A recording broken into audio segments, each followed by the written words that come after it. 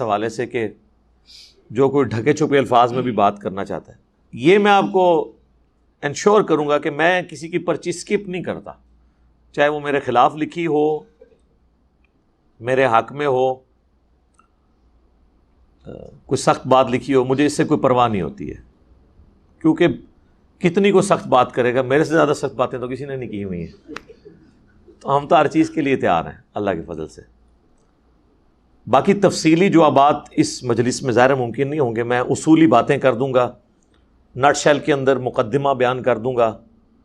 آپ کو حوالہ دے دوں گا کہ فلاں کلپ دیکھ لیں۔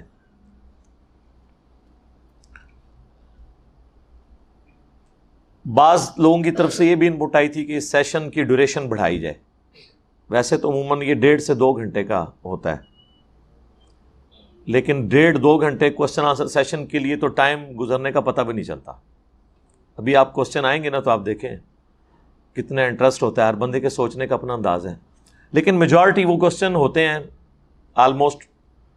کہ جو آلریڈی ریکارڈڈ ہوتے ہیں مینیجیبل فارم میں ریفرنسز کے ساتھ۔ پھر بھی چونکہ آپ لوگ آئے ہوتے ہیں،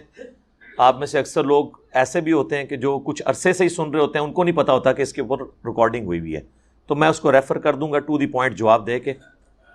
اس لیے پھر یہ جب ہمارے کوسچن آنسر سیشنز ریکارڈ ہوں گے تو اس میں ریپیٹیشن بھی ہو رہی ہوگی سوالات کی، تو ظاہر ہے وہ اس لیے کہ وہ ہر دفعہ نیا آدمی سوال کرے گا آ کے، تو پھر ظاہر ہے تھوڑا بہت تو جواب دینا پڑے گا نا،